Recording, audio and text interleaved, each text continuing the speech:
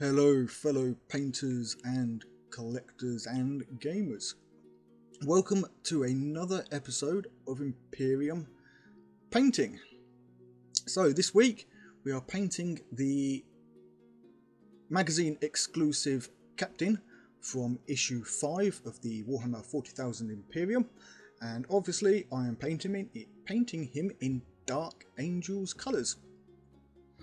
So to get started, I've gone ahead and primed the model in black here, and because he's a character model, I'm doing a little bit extra detail to how I normally would with your regular troops and lieutenants and things like that. So what I'm doing here is I'm using a 50-50 mix of Caliban green and Abaddon black, and I've thinned it down slightly, and I'm now stippling it over all of the areas that I want the light, or that I feel the light would catch the most. Now, although I've got his cape on here, it is removable. This is so that I know where the highlights and shadows and that are going to be for in terms of color placement. So what I'm doing here, as you can see, I'm stippling on this green in pretty much everywhere bar the most underside of the arm and sort of between the legs and things like that. Following that, I'm now using some pure Caliban green with nothing else added to it other than some water to thin it down slightly, and again I'm going over any areas that the light is going to hit the most, but I am pulling back slightly from the previous layer. What I'm aiming for is to go from a very dark green into a brighter green as the armor becomes lit up by the light source. And the reason I'm doing the stippling is twofold. One, it adds texture to the armor, and two, you can space the stipples. So if you imagine stippling is you're just putting on dots, you can space the dots a little bit as you get into the darker area, and what this is going to do is create sort of an overlap of the dark area with the light area, and give it that nice textured blend. It's not going to be a super smooth blend like you would if you were doing wet blending or something, but I'm not aiming for that. I am aiming for a lot of texture detail within the armor of the model. And with it being thinned down a little bit, and obviously having this dark undercoat, as it dries it goes a little bit darker, but I can then stipple back over the top with the same green and build up that green to get it to that pure Caliban green in the areas that I want. So essentially this is now going to be my mid colour.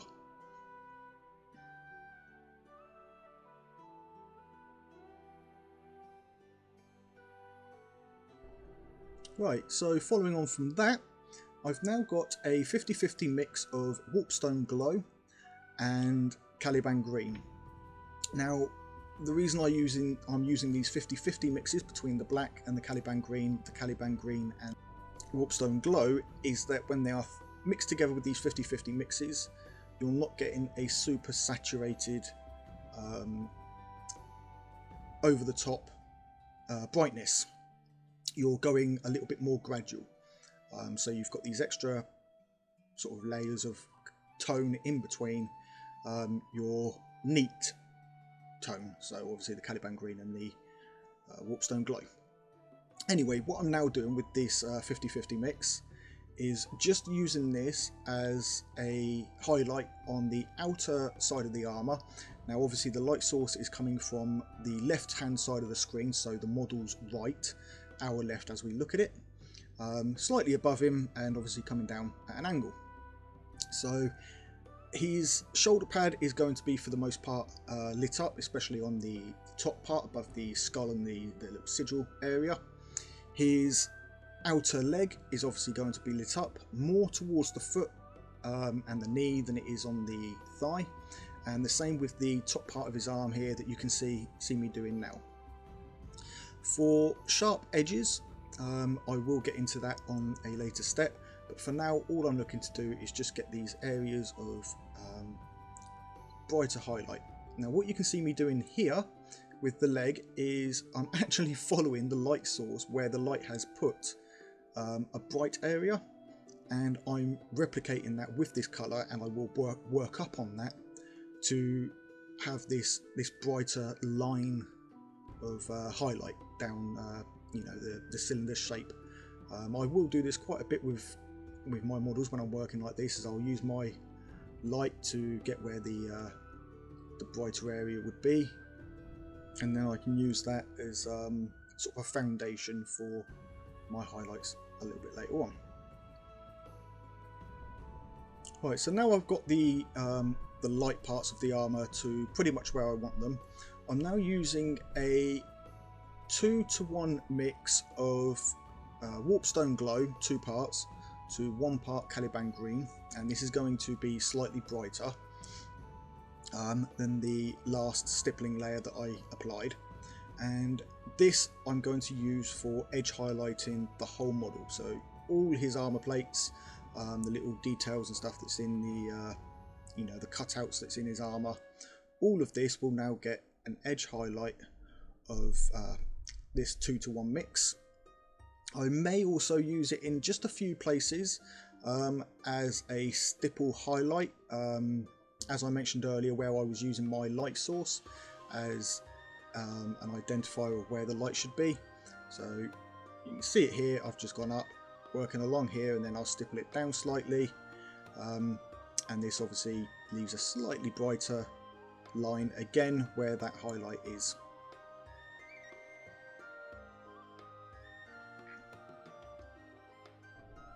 Then following up on that is yet another edge highlight, this time of pure Warpstone Glow, thinned down slightly. It will go on a little bit brighter and dull down a little bit, and also it's not thinned down to the point where it's going to run everywhere. You know, I want it to stay where I'm going to put it, but this now is going to be a highlight just on the upper edges where the light will hit the most. So you can see here I'm going just pretty much just the corner of the shoulder pad there. I'll do the top rim of the other one, the tops of his arms and his knuckles and things like that. But like I say, only the top, and then just coming down into the shadow area ever so slightly. And again, I'll do this across the model just on the areas where the light will hit. Right, so now that the armour is finished, I'm moving on to the cape. Now, I mentioned earlier that the cape was removable. I actually got that wrong. The backpack was removable. The cape I decided to actually attach because the inside is going to be black and the outside, as you can see here, I'm painting red. So with it being black on the inside, I didn't need to remove it. Had I been painting it another colour, then obviously I would have left it separate. Anyway, what I'm now doing is using a roughly 2-to-1 mix of Mephiston Red and Abaddon Black. There's a little bit more red than black, otherwise the black will make it go very dark. And again, it's thinned down, and I'm doing pretty much the same thing as I did with the armour, using a very rough stippling technique. Now you'll have noticed that this video is sped up. This is 200% speed, so twice the speed. 100% obviously being normal speed. And so I'm stippling in sort of very rough motions. I'm not aiming to be super clean with this. I want to have a very sort of textured look to this cloth. I imagine it to be a little bit more of a thicker woolen type cloth, not so much woolen, just a very textured cloth, not something like silk or anything like that.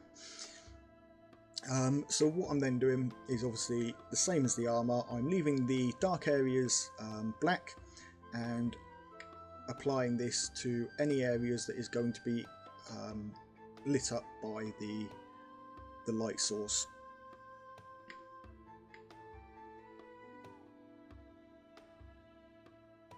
So you can see what I'm doing now is focusing more on those raised edges, sort of the peaks of the folds and the outside edge, and leaving it a little bit darker in the middle. And I'll just keep working these layers up until I've got it to a light value that I am happy with. Now you can see I'm coming down quite a bit into the fold here, leaving that deepest recess but bringing it just up slightly. Obviously the light is not only going to catch on the tops of this, but it is going to sort of shine through a little bit. Then following on from that, you can see here I'm now using, I've added some more of the red to the Abaddon Black, or the Abaddon Black and red mix, to brighten it up a little bit more. And I'm going to do the same thing, working my way up for my highlights and staying just slightly shy of where the previous layer was. Now for the cloth, I'm using a couple of different texturing techniques, one being the stippling that I did on the armor, and the other one being more of a hash type effect, so sort of cross hatching and sort of one direction lines, to build up again some more texture within the layers. Because these layers are going on thin, they're going to fade down slightly, and also when they have a color put, or a brighter layer put over the top, those areas that have already had some of that are going to be slightly brighter than areas that haven't. So obviously that cross hatching and such is going to show through as it has more layers put on it because of those initial one or two layers previously. And once again, I'm now using the pure Mephiston red and using this for the peaks of the folds, and then just to come slightly down on one side, obviously where the light would hit, where it's a little bit more open, so it's going to catch a little bit more of that light. Not much more I can say with this. It is obviously pretty much the same technique over and over, cross hatching, stippling, just sort of getting some rough textures in there with thinned down paint and building those layers up until I'm happy with them.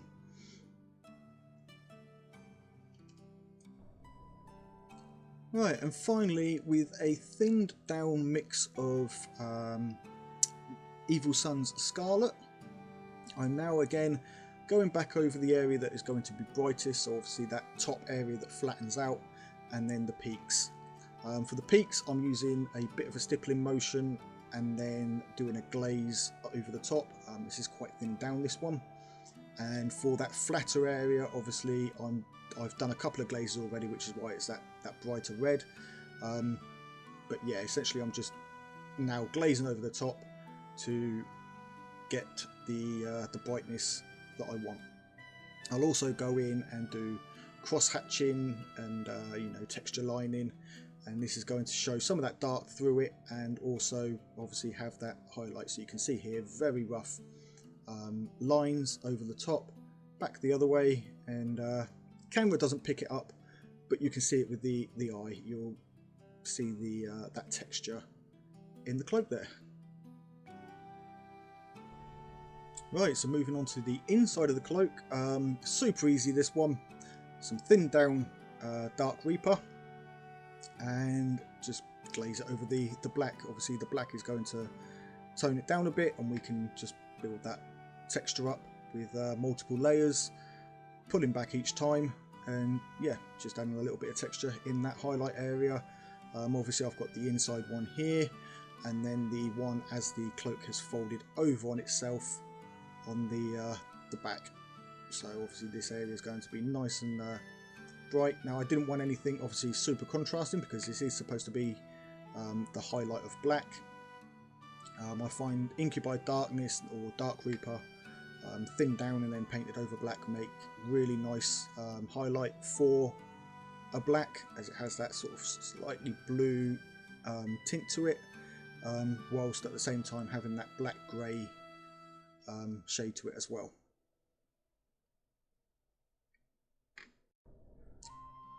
Right, I'll then follow that up with some thinned down Eshin Grey. Obviously, again, this has a slight blue tint to it, but it's sort of relatively dark. It's not super bright, you know, in contrast with the Fenrisian Grey. So I can use this over the top just to add in some highlight, and you can see here I'm just using a sort of crosshatch striking line motion just to add some textured details to the cloth. I'll then use this same grey just to highlight the black parts of the under armour, so behind the knees, inside the elbow, just to add a little bit of a highlight on those as well.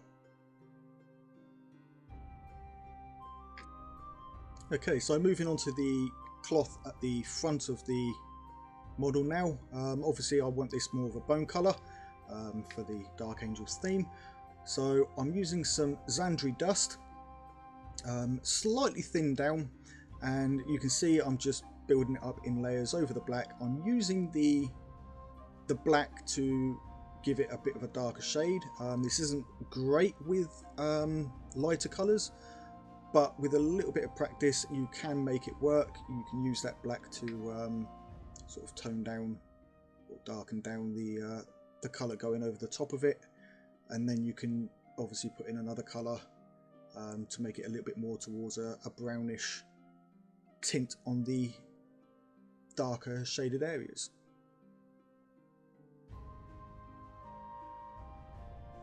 And that is the front piece done, as simple as that.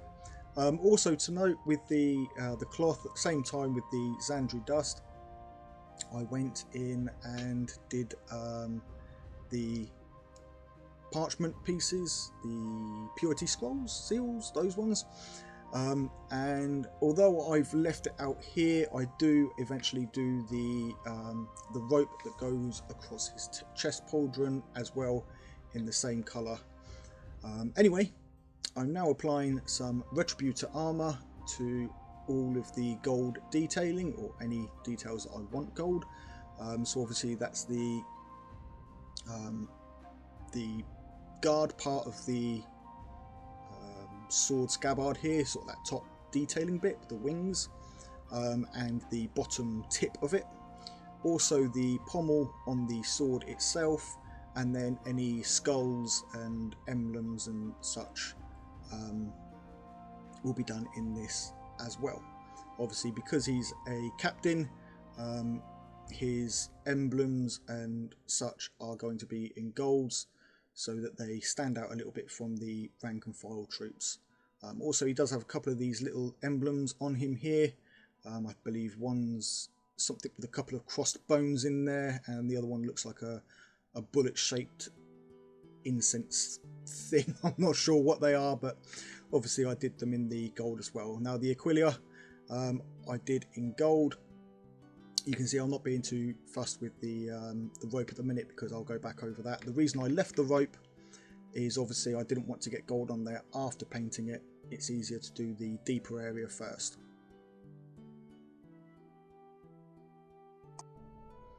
Okay, so one thing I decided that I didn't want to do on this model was use shades, and by shades I mean the pots, the GW pots of shade, to get my darker areas. What I wanted to do is actually paint them in with the paints themselves.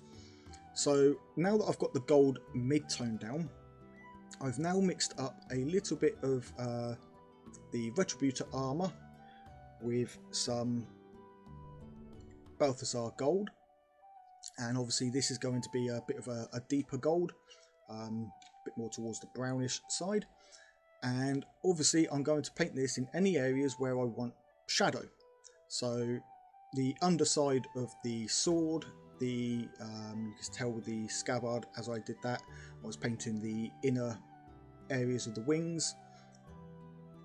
You can see here that I'm doing the underside, and obviously all across this part, down the inside of the cross here, the sword on his shield, as that's a little bit under shadow from his pauldron. And yeah, it's just a case of sort of working the opposite. Where I would want highlights, I'm doing this on the opposite to it all. And then finally, for the gold highlights, I'm using a mix of Stormhost Silver and the Retributor Armour, and this is going to give it a little bit more of a shinier gold, and obviously I'm applying this as a highlight to all of those gold areas. And again, the camera, it doesn't pick it up too well, but obviously you can see that I am applying it, and hopefully as I'm recording this, I'm yet to record the end shot of the finished model. Hopefully it will show up in there. And then finally, just to top it all off, just a little bit of the Stormhost Silver, just as some point highlights on those gold areas. Okay, so with the golds done, you can see now I'm working on the plasma pistol and the metallics, and for that I'm using some lead belcher. Now I've gone ahead and painted up the pistol with Mephiston red, and done a little bit of pre-highlighting on it, just as I did with the robe, to start lightening up or highlighting the pistol there. And what I'll do with this is use the mithril, or sorry, I keep calling it mithril silver, but the Stormhost Silver, and I'll apply that to the sword. And again, because I don't want to use shades, I'm trying something new with the sword. I don't like doing power swords the traditional way, with the highlight and dark shadow bit in the middle and whatever. I like to do something a little bit different and keep them more metallic looking. So now here I'm mixing up a little bit of the lead belcher and the Stormhost Silver, and I'm going to use this as a shadow tone. Again, the camera and the light doesn't show it great, but it does work, trust me. So yeah, obviously with the lead belcher being slightly brighter, I can also use this as a highlight or a mid-tone on the areas that I'd already laid lead belcher down, and then finish that off highlighting with the not the mithril silver, the not the retributor. Oh, the Stormhost Silver. Oh my, oh dear. So yeah, just adding shading area on the sword. What I'm trying to do is, obviously on the top side here it's going to be darker, oh sorry, lighter, and on the underside it's going to be darker. I'm adding a small amount of black to the lead belcher here, and this is going to be my underside shade. Now the black is going to reduce the shininess of the metal slightly, because obviously it's a matte black, or near to matte black, and obviously the silver or the lead belcher is a metallic. So you can see here I'm just working in where my dark areas of the blade will be.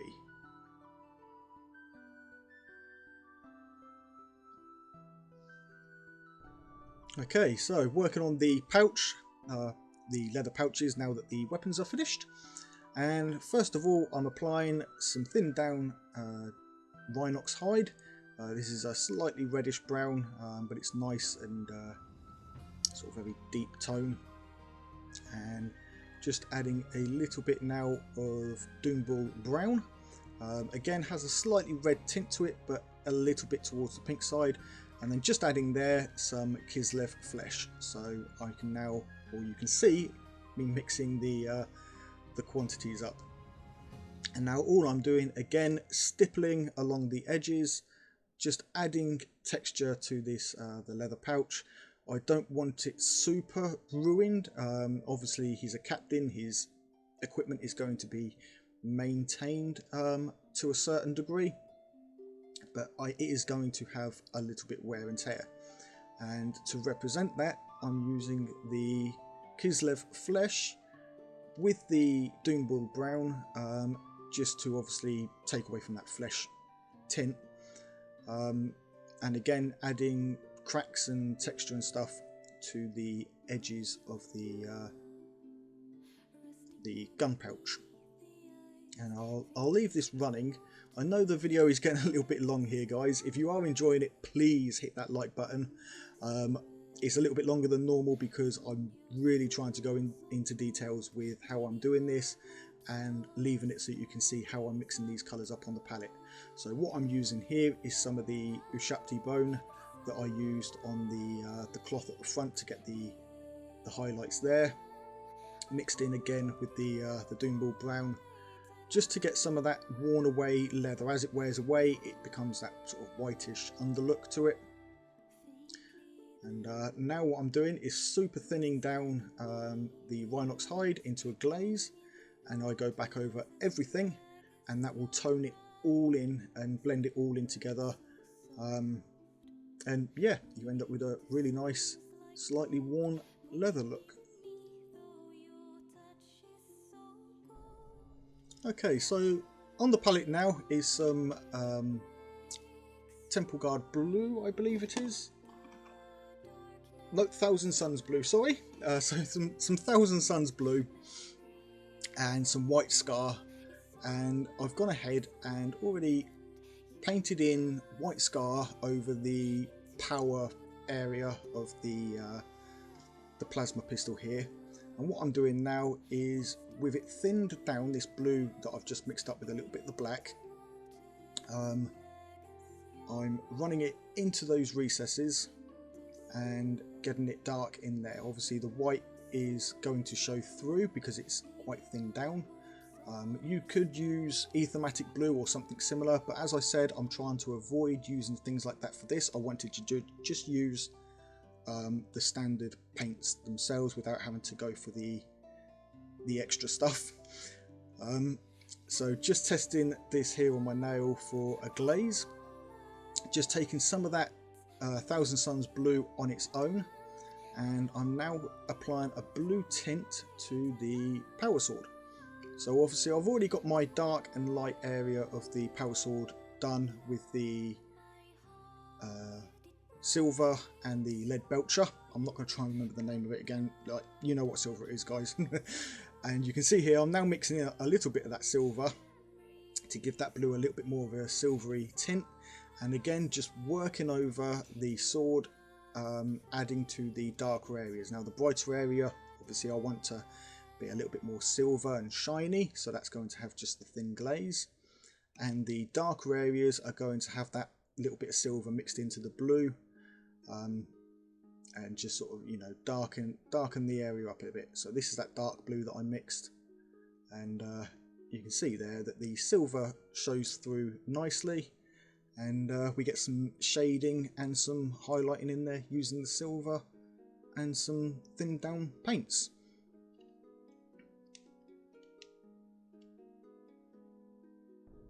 Alright, so moving back to the power pistol now, with it slightly out of focus. Obviously the camera's trying to focus on my hand.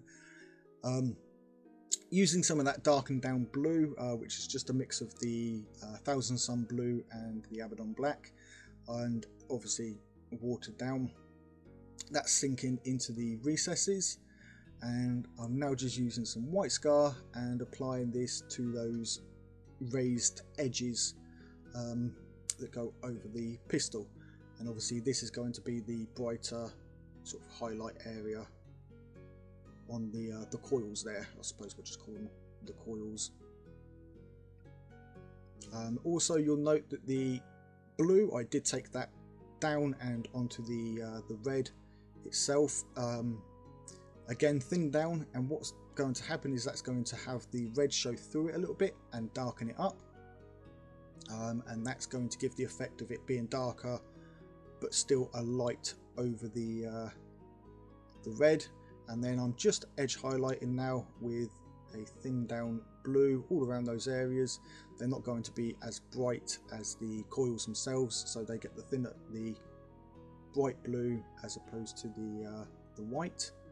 And then I'm adding obviously a little bit more of a darker blue, again thinned down, just to build up that shading, or that light that's glowing from the pistol.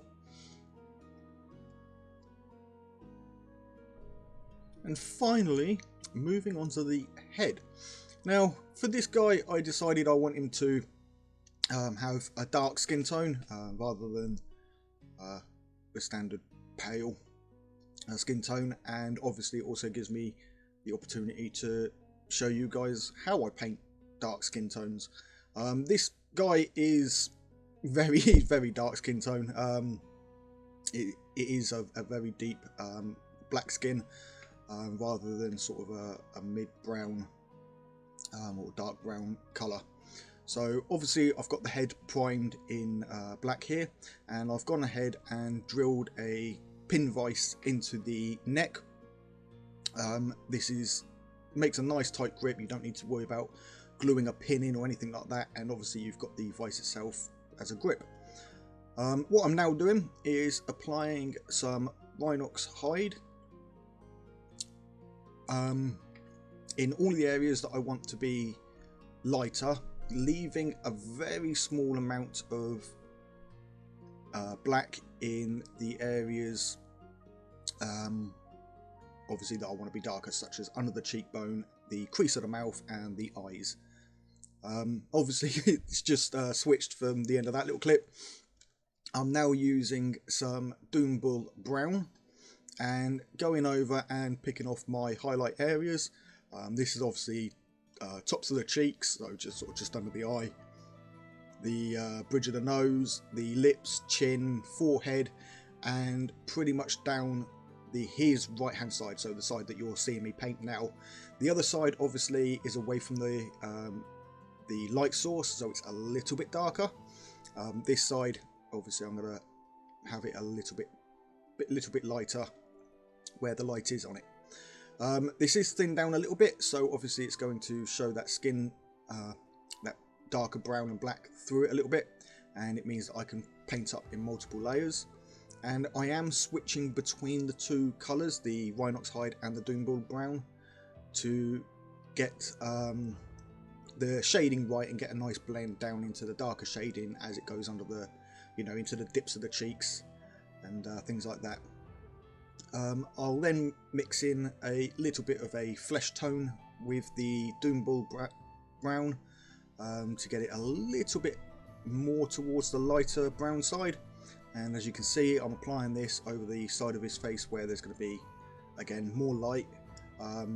The top of the bottom lip, but not the top lip. Obviously you don't want to paint the top lip because that's curves under, and so it's going to collect shadow. The bottom lip obviously curves outwards, or it curves away, so it catches some of that light.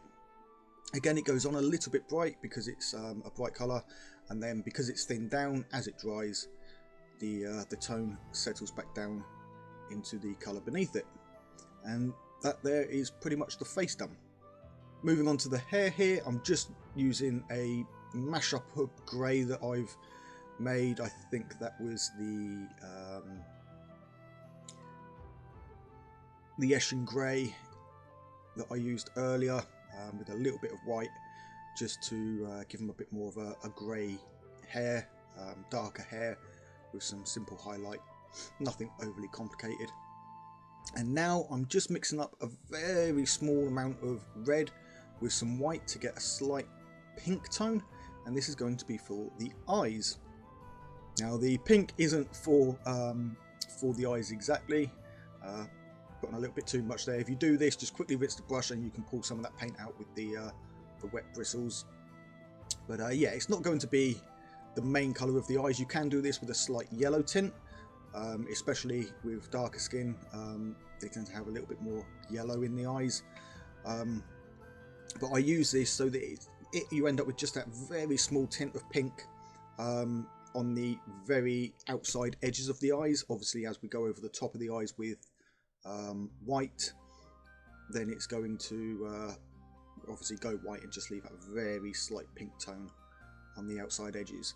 I'm just using a bit of thin down black there just to go in, and that adds as a sort of a shade around the eyeballs, sort of in the sockets. And now I'm using just again that little bit of sort of blue grey, just to line in the pupils, and then I'll go back to the pink and just touch them up to make them smaller dots, so sort of dot either side of the eyes.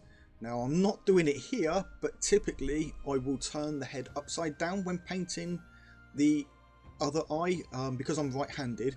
Obviously painting his left eye, so the eye that is on the right, is easy because there's no nose or anything in the way, and the other side can be a little bit difficult, so I'll tend to turn the head upside down so that that eye is then on my brushed hand side as well, which makes it a lot easier for painting the eyes in that.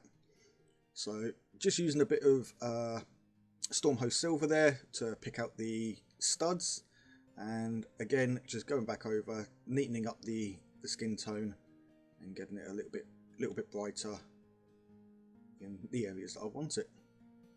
And that is it. Nice and easy face. Again, the camera doesn't pick up the subtle highlights. It's a little bit better in person, but you can pretty much see what I'm doing here, and you can build it up to the brightness that you want the skin tone to be.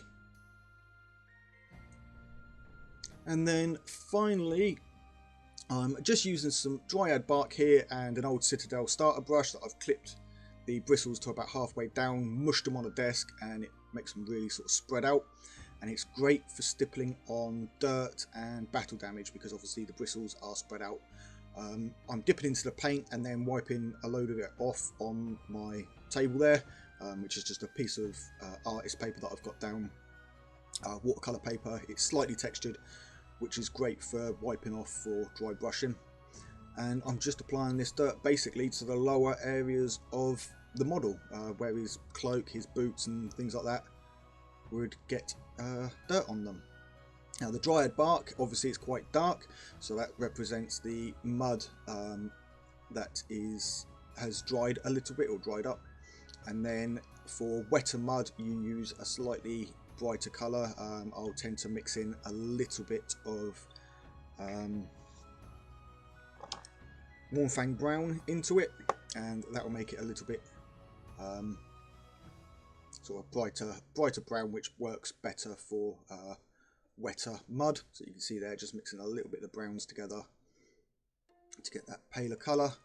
And then again, stipple over the top. There's not a lot of paint on the bristles there, and so it's just use it on the very bottom edges. And because of the undercolour already there, it just blends in nicely. Obviously there's a custom base. I'll show you that that at the end. I custom made the base for that. But yeah, there he is. So I'll just finish dirtying this guy up, and then we can take a look at the finished model. And there he is, guys, one finished Dark Angels captain of the 3rd Company. Obviously I've gone ahead and added a few extra little details that don't really need going over in this video, just a couple of minutes adding some scratches and stuff. The base, obviously you can see that I cut out the stone that he was on and replaced him with a destroyed Necron from my Necron army. If you've enjoyed the video, guys, be sure to hit that thumbs up button. I know it's been a little bit longer than some of the other videos, but obviously it was a more detailed paint job on this guy. If you prefer the longer videos or the shorter videos, let me know down in the comments, and I'll try to cater more towards what seems to be popular. If you haven't yet checked out the review and the playthrough for this week, you can find links for those in the cards in the top corner there. And obviously be sure to hit like on the playthrough so I know to continue with those after issue 10. If you haven't yet subscribed, hit that subscribe button here. If you have recently subscribed, a huge warm welcome to the inner circle to you. Thank you ever so much for your support. But until next time, guys, that is all for now. Take it easy and keep painting those minis.